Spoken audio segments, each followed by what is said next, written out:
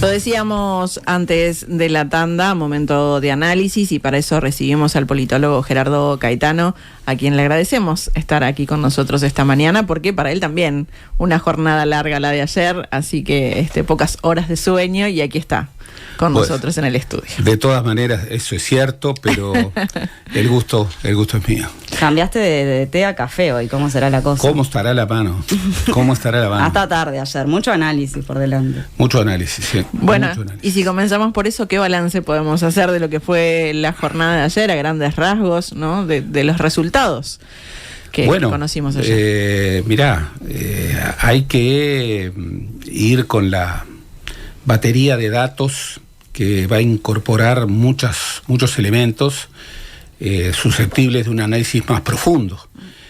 Pero por de pronto, ayer y los días anteriores había un clima imperante que establecía, poco menos que una definición por mínima que no iba a poder ser anunciada a las 20:30, en donde el voto buquebús o los votos observados iban a ser decisivos, y que en cualquier hipótesis se estaba hablando de diferencias de 10.000 votos.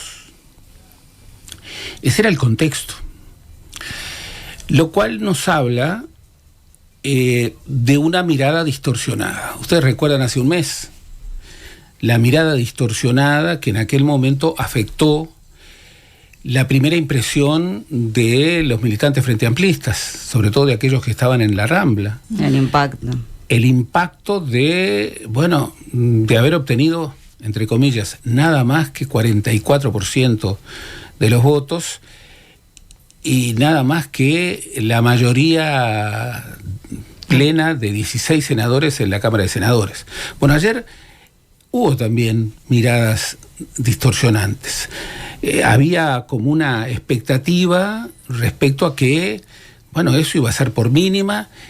Y bien, si uno ve los resultados de la Corte ahora, faltan los votos observados, pero estamos alcanzando casi con cierta firmeza una diferencia de 100.000 votos.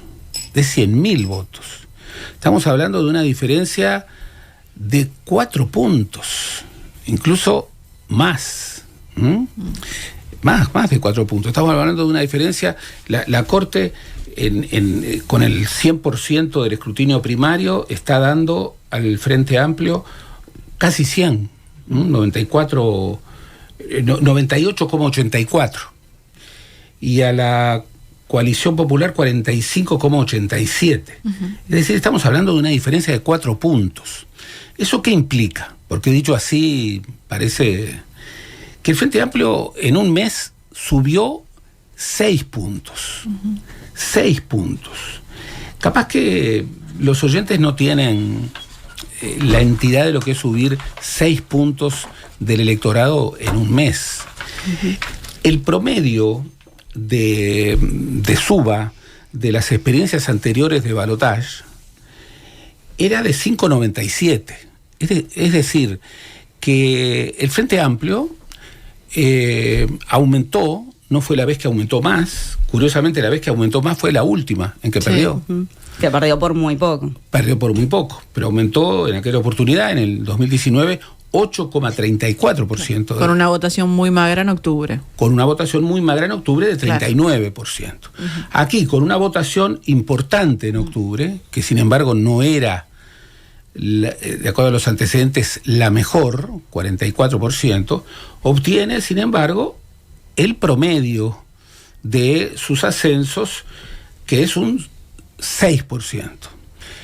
Una gran votación, y no es que la coalición popular, la coalición republicana, obtenga, digamos,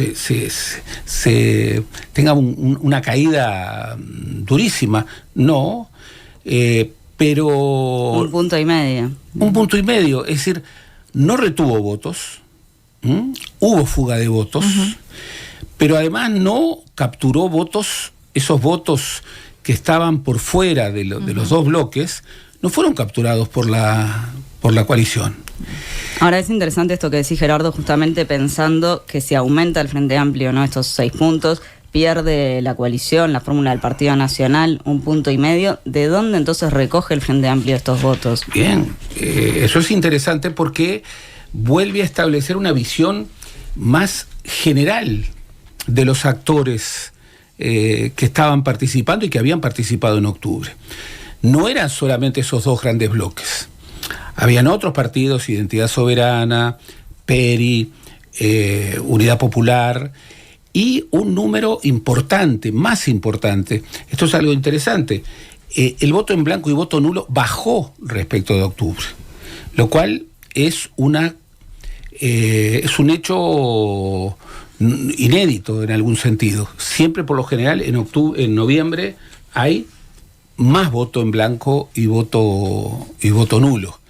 Y aquí, obviamente, el Frente capturó. Todos sabíamos que la tensión de la segunda vuelta está, por un lado, entre la capacidad que tiene el Frente, que ha tenido históricamente el Frente, de capturar votos fuera de su marco electoral de octubre, y la capacidad que tiene la coalición de no perder votos, de no tener fuga de votos, con ese otro margen que se ha expandido de partidos que no están ni en uno ni en otro bloque, bueno, en marco de disponibilidad. El Frente hace una gran elección, subiendo casi al 50% de los votos, está arañando el 50% de los votos, y le saca una ventaja sustantiva. Ustedes recuerdan cuando la lectura de octubre se decía que la coalición había votado mejor. Que la coalición había votado mejor, sí, que era la tercera vez que en este periodo el electorado reafirmaba el triunfo de la coalición de gobierno. Sí.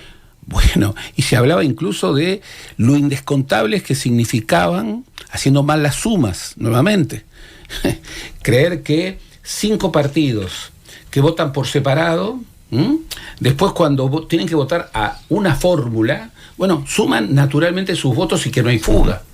Bueno, eso es una suma equivocada. ¿Esta elección demuestra que ese discurso delgado de no va a haber un Colorado que no vote la coalición, bueno, no es así? Por supuesto que no, pero era evidente, nunca fue así. El argumento que se establecía era que la experiencia de 5 años de gobierno iba a afiatar las filas de tal manera de que no iba a haber fugados, pero hubo fugados y también hubo captura por parte del Frente de un electorado que no es frentista. Que creo, yo me sigo deteniendo en eso, porque me parece que eso es un dato importante, que en realidad es más lo que rescata de otros lados que la fuga, y supongo que eso es interesante a nivel de pensar que el gobierno de todas maneras logra retener una cantidad importante pese a sus problemas de gestión y demás, y por otro lado, bueno, el Frente Amplio cómo recoge, cómo cada vez de repente tiene menos que sacar de la coalición, pensando, por ejemplo, bueno, no sé, un Fernando Amado ya había pasado al Frente Amplio, ¿no? Entonces uno se preguntaba del Partido Colorado, por ejemplo, cuánto más se podía rascar de ahí. Lo que ocurre es que hay un hecho que es muy claro y que se repite de instancia electoral en instancia electoral. Los otros partidos, los partidos Blanco, Colorado, Cabildo Abierto, el Partido Independiente, no han terminado de entender al Frente Amplio. ¿En qué sentido? Y es claro, el Frente Amplio fue el producto de una trayectoria de décadas, con una construcción que se beneficiaba obviamente de una convergencia de estrategias de resistencia frente a gobiernos represores, el gobierno de Pacheco, que se beneficiaba con una coyuntura como los años 60, que era una coyuntura, bueno, que planteaba polarización y que reclamaba la unidad de la izquierda, pero que había comenzado a ser labrada de manera muy, muy, muy refinada desde los años 30, en el enfrentamiento contra la dictadura de Terra. No fue una decisión de cúpula, no fue que los dirigentes partidarios sumaron, bueno, nos va a convenir más estar juntos. Eran otros contextos, eran contextos dramáticos. Pero además, después de la dictadura, el Frente Amplio es una comunidad de sangre, es un grupo político, es un espacio político muy importante, que no desaparece, que cuando vota mal, como votó mal en el 2019, pierde 9 puntos, lo cual es muy importante para el Frente Amplio, pero si tú ves en América Latina lo que ocurre cuando los partidos de gobierno de izquierda pierden la elección, muchas veces se desfondan. El Frente Amplio es un núcleo potente, tiene capacidad de captar por nuevo electorado. En este periodo ha hecho un trabajo de penetración en el interior muy importante, ha hecho un proceso de reconocimiento de las deudas, de los problemas que llevaron a que el Frente Amplio tuviera los problemas que tuvo en el 2019. Y bueno, ayer también lo vemos en la clave territorial. Ayer el Frente volvió a ganar en lugares realmente muy, muy importantes. Volvió a ganar contra todo el resto. Salto, Paysandú, volvió a tener diferencias marcadísimas en Montevideo y Canelones. Y ganó San José. Ganó San José. Que nadie se equivoque y proyecte naturalmente estos triunfos a las elecciones departamentales. Las elecciones departamentales se juegan en otra clave. Sí. Por ejemplo, es casi, no voy a decir imposible, pero es muy difícil que en San José el Frente Amplio pueda ganar la intendencia. Bien, pero vuelve a ganar en San José y vuelve a ganar en Salto y está muy cerca, en una lógica de competencia muy fuerte, en Río Negro y Soriano. ¿Ustedes recuerdan cuando yo decía una y otra vez que el Frente iba a ganar en el litoral, desde el litoral? Bueno, en verdad, el voto del litoral, y por múltiples fundadas razones, ha sido sustantivo en el triunfo del Frente Amplio ayer. Y en verdad, el nivel... Han sido 3 departamentos que han ido cambiando de signo, ¿no? Salto, Río Negro y Paysandú. Claro, pero digamos, allí sí, la posibilidad, porque recordemos, porque ahora la coalición empieza a decir, bien, pero en Montevideo, Canelones y Salto tenemos coalición republicana, ahí vamos a sumar los votos. ¿Alcanzará? En Montevideo y Canelones perdieron lejos. En Salto perdieron de manera más cercana, pero de manera clara.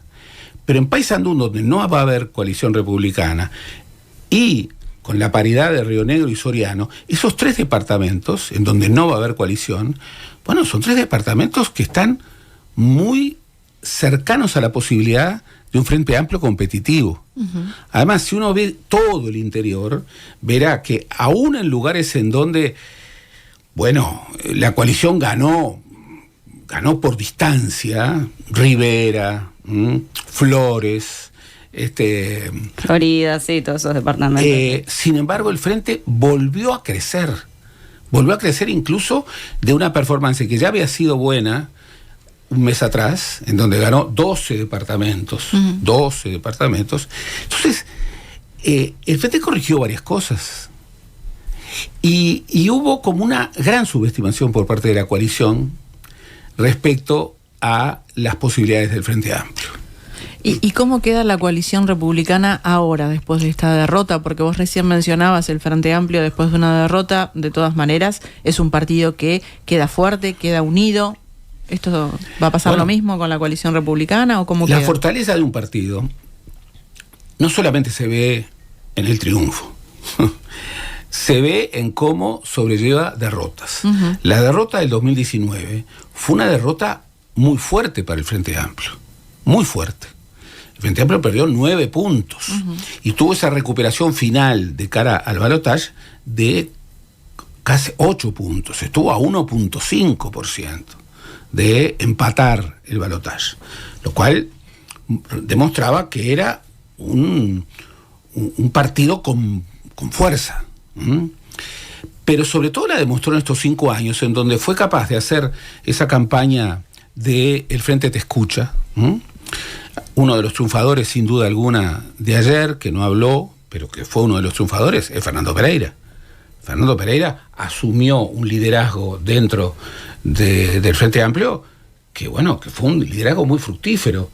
Hay una nueva comunicación con ese interior que con toda justificación reclamaba que había sido olvidado por el Frente Amplio. Y no es que haya hecho una campaña descollante, ya lo hemos dicho, esta campaña electoral no fue buena en muchos aspectos. Ahora vamos a ir a eso contigo. Claro, pero la coalición subestimó al Frente Amplio. Incluso la subestima cuando se proyecta para construir, como si fuera algo muy sencillo, bueno, un partido que se llame Coalición Republicana. Bueno, y en esto justamente que te preguntaba Alejandra, ¿no? Decís, bueno, el Frente Amplio frente a la derrota estos 5 años se comportó de una manera sólida, en conjunto. ¿Cómo se va a comportar la coalición? Bueno, el Frente Amplio ya es un partido. Es un partido de coalición, es un partido que incorpora movimiento, pero es un partido. Ningún actor dentro del Frente Amplio sabe que tiene destino fuera del Frente Amplio. La coalición no es un partido, no, está lejos de ser un partido, está lejos de ser una entidad. Esas cosas que hemos escuchado, ese fusionismo optimista, que ayer no estaba, ese fusionismo de decir, bueno, como dijeron algunos, el error es nuestro, porque si hubiéramos actuado bajo un único lema, hubiéramos tenido mayoría en ambas cámaras y hubiéramos ganado el gobierno, tal vez en primera vuelta. Suman mal, porque sumar lo que dan 4 o 5 partidos separados, con sus autoridades, además, entre ellas, 2 partidos que tienen casi 200 años, sumarlo así sin más, en una coalición que también ha tenido problemas de funcionamiento. La coalición ha durado los 5 años, lo cual ha sido muy impactante. No se presumía que iba a durar tanto, pero ha tenido un actor que permanentemente ha estado ahí, que es Cabildo Abierto. Y como suele ocurrir en estas oportunidades, los socios menores son muy debilitados dentro de una coalición de gobierno. Y hemos visto, bueno, las circunstancias que está viviendo el Partido Independiente, que vuelve a repetir lo que es la peor, ¿qué le quedaba? Perder la Diputación. ¿Y cuánto va a complicar Cabildo Abierto ahora a la coalición? Mucho, porque Cabildo Abierto tiene una primera instancia, que es hasta mayo, en donde ya está, de alguna manera, diseñada la idea de que por lo menos en 3 departamentos va a haber coalición. Pero nosotros no. Y ya Guido Manini Ríos ha dicho que no le ve mucho sentido a mantener la coalición desde la oposición. Lo repitió anoche. Anoche lo repitió. Y eso está generando controversias adentro de un partido que ya desde hace años está marcado por la controversia interna. No es, a ver, Cabildo se suma o no se suma a la coalición. No, el tema es, ¿qué va a pasar con Cabildo? Cabildo tiene desafíos muy grandes. Y por otra parte, otros señalamientos realmente hasta infantiles. Ayer uno escuchaba a Ojeda y parecía como que Ojeda decía, yo tengo 40 años, tengo todo para crecer, voy a asumir el Senado, tengo la mayoría de los convencionales. Bueno, dijo algo Ojeda, dijo, perdimos por cuestiones ajenas a la campaña. ¿Cuál es tu idea, Gerardo, que se perdió por cómo fue la campaña, que se perdió por gestión de gobierno? Yo creo que como siempre convergen varios planos. Primero, el gobierno que se creía con un balance absolutamente insuperable, esa especie de arrogancia de los jerarcas del gobierno que poco menos que mostraban, y esto fue transferido a los candidatos, una actuación de un gobierno impecable, esa negación de los problemas evidentes que tenía el gobierno, esa negación de la corrupción. Yo creo que ayer se demostró que el presidente podrá tener 50% de aprobación, pero que en la sociedad uruguaya todos esos elementos se pesaron. Yo he leído entre ayer de noche y hoy, rápidamente, algunos editorialistas del gobierno actual decir que, bueno, que el problema fue que la coalición no fue radical, que la coalición se quedó en medias tintas. Que fue tibia. Que fue tibia. Que no fue tan a fondo como era necesario ir. De lo que están hablando es de que no desarrolló un programa a lo Milei. Porque además muchos editorialistas... No, lo comparan con Macri, algunos. Pero por supuesto, hablan de el modelo Milei. Bien, estar en esa perspectiva de análisis en el Uruguay, con esta construcción política, incluso con el Frente Amplio enfrente, porque una cosa es tener el fenómeno Milei en una Argentina devastada, con un kirchnerismo, peronismo devastado y con un macrismo en una situación terrible. Y otra cosa es tener enfrente al Frente Amplio. ¿Qué pasó de fines de octubre en donde los voceros de la coalición decían: hemos obtenido por tercera vez la ratificación del proyecto político más importante de este país, que es la coalición republicana? Y lo repetían machaconamente, sumando lo que no había que sumar. Y lo que vamos a hacer en la segunda vuelta es ratificar eso, es obtener por cuarta vez la ratificación mayoritaria. Tu idea, Gerardo, entonces es que sí, la población le termina cobrando los fenómenos de corrupción. Mi visión es que la población finalmente empieza a cobrarle una serie de valores, una serie de factores que aparentemente no estaban jugando en la campaña. Se presentaba la seguridad como una baja de todos los delitos. Bueno, me da la impresión de que eso no es lo que piensa la sociedad. Se planteaba, bueno, que los datos, nunca tuvimos un salario real como este, superamos las crisis, buenos navegadores de ruta, y ni hablaban de corrupción. Tampoco el Frente, en la última parte de la campaña, llegó a golpear ese asunto.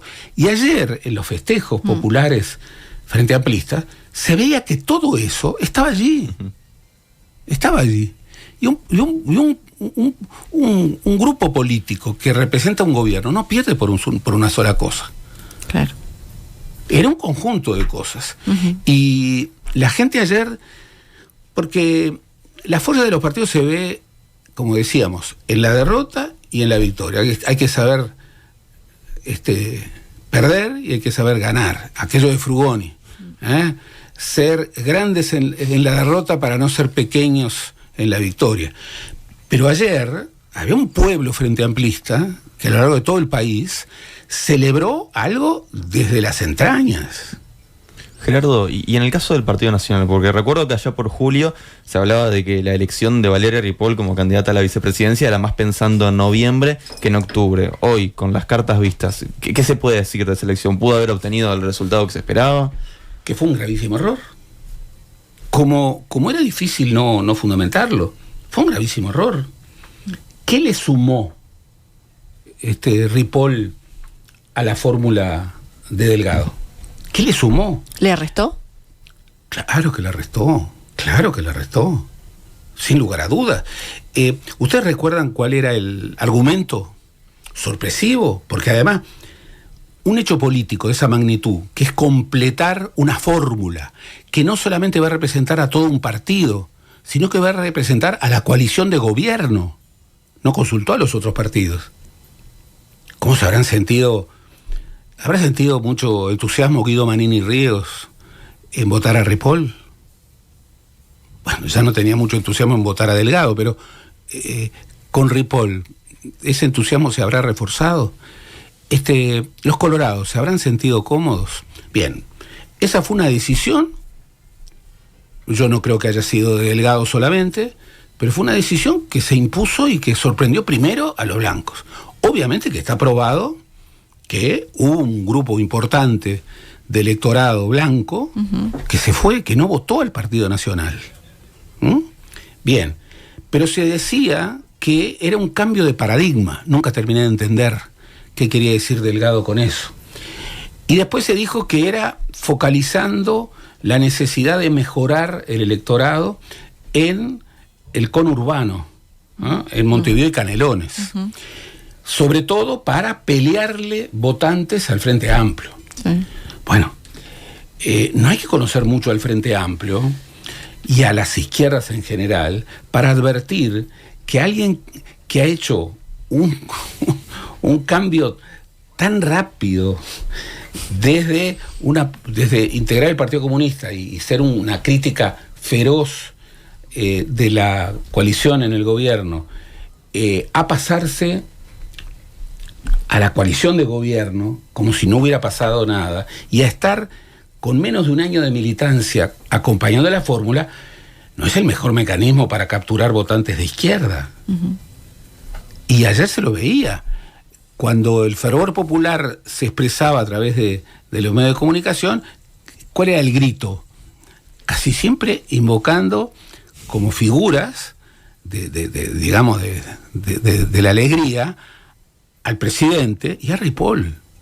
O sea, a todas luces fue un camino equivocado. Y si faltaba algo, creo que el pueblo de la coalición laudó, sobre todo el pueblo nacionalista. Ella abrió una lista que era de ella solamente, la lista 22, y obtuvo 6.000 votos. Uh-huh. O sea... Y no entra al Parlamento. No entra al Parlamento. Ayer era muy impresionante ver a figuras que, bueno, claro, que no van a estar. Ahora, pensando en esta elección, pero también pensando en lo que fueron los últimos discursos o las últimas estrategias que asumió Delgado al final de la campaña, sobre todo, ¿no? Con un discurso que era agresivo contra el Frente Amplio, pero también con otro discurso que hablaba de diálogo y demás. ¿La derrota esta recae en la figura de Delgado? Bueno, a ver, el tiempo dirá. Pero mirándolo en proyección, como él dice, mirando con luces largas, uh-huh, es difícil que Delgado vuelva a ser candidato a la presidencia de la República. Es difícil. Sale muy golpeado. Ayer era una elección en donde confrontaban dos figuras que el que perdía, bueno, la iba a tener muy difícil para repechar esa situación. En el caso de Delgado, porque Delgado se presentó y era visto como el número 2 de quien realmente lideró la campaña. Ayer me decían, no, en la campaña se jugó mucho Delgado, mucho trabajo, Ojeda también, Bordaberry también. La primera figura de la campaña oficialista fue el presidente de la República. ¿Y perdió el presidente ayer? Perdió, claro que perdió. Y si faltaba algo para advertir que él mismo se dio cuenta que perdió, primero, fue ir a esperar los resultados a la torre ejecutiva. Y luego, cuando vio que los resultados no venían de gloria, escaparse por la puerta trasera y desaparecer. Claro que perdió. Uno se podía preguntar, ¿por qué fue a la torre ejecutiva? ¿No los podía esperar en su casa? Como generalmente hacen los mandatarios. No, si fue a la torre ejecutiva es que esperaba otro resultado y esperaba otro protagonismo. Su protagonismo, no solamente en este último mes, sino en los últimos meses de campaña, fue el principal instrumento de defensa de este gobierno. Caminó como tal vez no ha caminado ningún otro actor político, y como le gusta, todo el país. Todo el país. Con, bueno, un liderazgo que está consolidado. Sin duda que está consolidado. ¿Y en el Frente Amplio los liderazgos? Bueno, Orsi obtiene una confirmación muy fuerte de liderazgo. Él hace finalmente una campaña muy consistente con los consejos que recibió, sobre todo de sus coaches, de sus guías, y se manejó, era una opción complicada, estuvo desde comienzos de año hasta ayer, estuvo firmemente estacionado, aferrado a una forma de trabajo. Esa forma de trabajo, yo creo que en muchos momentos no le permitió lucir o expuso sus debilidades, que también las tiene. ¿No te parece que eso cambió de octubre a noviembre? Yo creo que en octubre cambió, que después de lo de octubre cambió, y que en noviembre vimos un poco al otro Orsi. Y creo realmente que la estrategia de ocultar a Orsi, la estrategia de que no erre, de evitar sus errores, me animo a discutirla, porque cuando salió, cuando estuvo más expuesto... Tuvo una presencia mediática fuerte este último mes. Una presencia mediática fuerte, que no terminó de lucir en el debate, pero que sí lució en varias instancias previas. La verdad que fue un puntal. Y además, y esto es muy importante, aferrada a una convicción muy importante, que ayer fueron ratificados en los discursos, no solamente de Orsi, sino de Carolina Cose. Carolina Cose dijo textualmente: sabemos que hay un nosotros más grande que el Frente Amplio. Eso, que es algo obvio, no lo hemos podido sentir de este gobierno y de sus representantes durante 5 años. Incluso Delgado, que era el derrotado, no dijo nada semejante. Nada semejante. Carolina Cose, el Uruguay somos todos y todas. Aquello que tú señalabas. Hablaban de la coalición y de fortalecer la coalición como si eso fuera la patria. Y el resto no. Y Orsi lo ratificó. La acumulación positiva que incorpora a los otros. Incluso el lema de campaña, que es unir al Uruguay, era un elemento muy fuerte, porque tú puedes tener mayoría o minoría en el Parlamento, pero si ya partes de una construcción de identidad política en donde los otros no están, o están de mala manera, bueno, tenés problemas.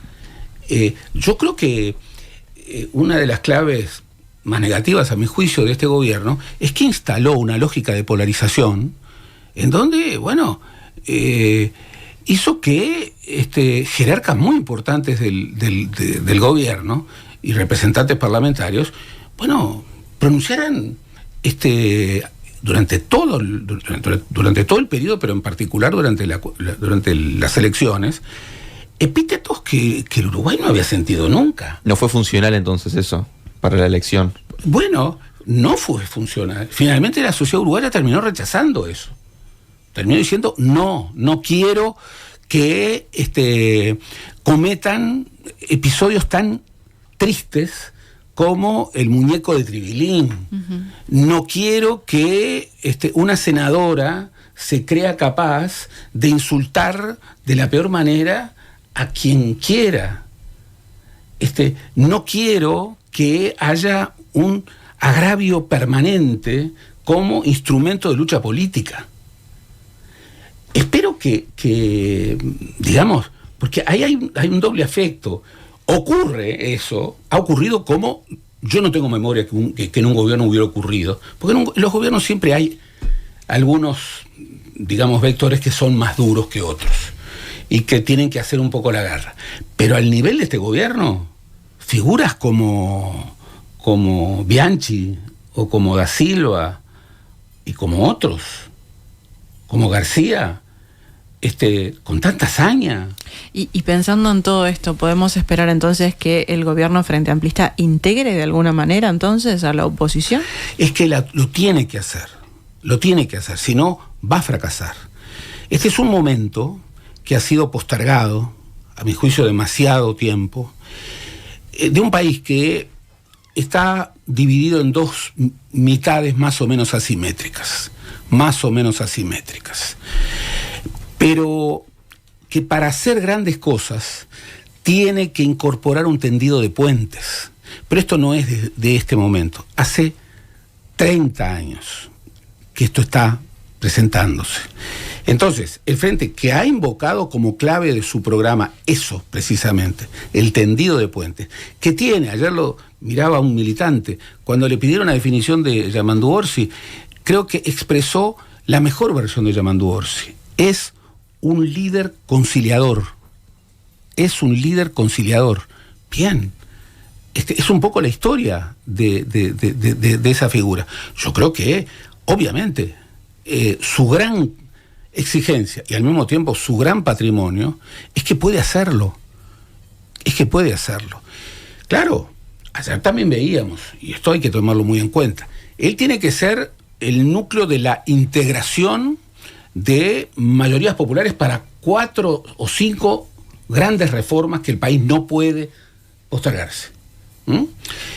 Pero también tiene que cumplir con las demandas, fruto muchas veces de sus propios anuncios, que ayer veíamos en los militantes Frente Amplistas que salieron a festejar, cuando le preguntaban, ¿y qué tiene que hacer el Frente Amplio? Cumplir lo que prometió, que lo va a hacer. Hay una transferencia de confianza, pero también de exigencia. Entonces, Orsi hoy está celebrando, y bien, tiene muchos motivos para celebrar, pero luego va a tener que administrar esa tensión de, por un lado, tener las capacidades para hacer algo fundamental en esta etapa, que es conciliar, tender puentes, buscar mayorías. Esto no es solamente un imperativo que emerge del Parlamento, es un imperativo de la coyuntura del país. Pero por otro lado, va a tener que revisar políticas y hacer cumplir ciertas promesas que la gente escuchó y que tiene todo el derecho de hacerlo. Yo he señalado, y esto es una cuestión de responsabilidad, no de advertencia, y mucho menos de advertencia desde una lógica de pontífice, de pontificación. El fracaso de un gobierno de izquierda siempre es un fracaso que duele más que el fracaso de un gobierno de derecha. ¿Por qué?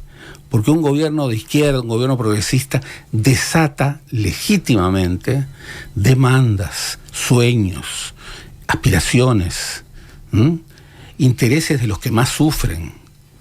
Entonces, bien, ahora llegó el momento de cumplir. Y ayer lo veíamos. La gente que fue a festejar y la gente que votó al Frente Amplio masivamente espera un gobierno exitoso. Gerardo Caetano, muchísimas gracias por estar esta mañana aquí en Nada que Perder. No, ya comienza a ser ya está, es un ritual esto. Gracias, Gerardo. Hizo bien el cafecito, aparte. Bien. Me tuvimos bien despiertos. Me tuvieron bien despiertos. Gracias, Gerardo. Muchas gracias. Chao.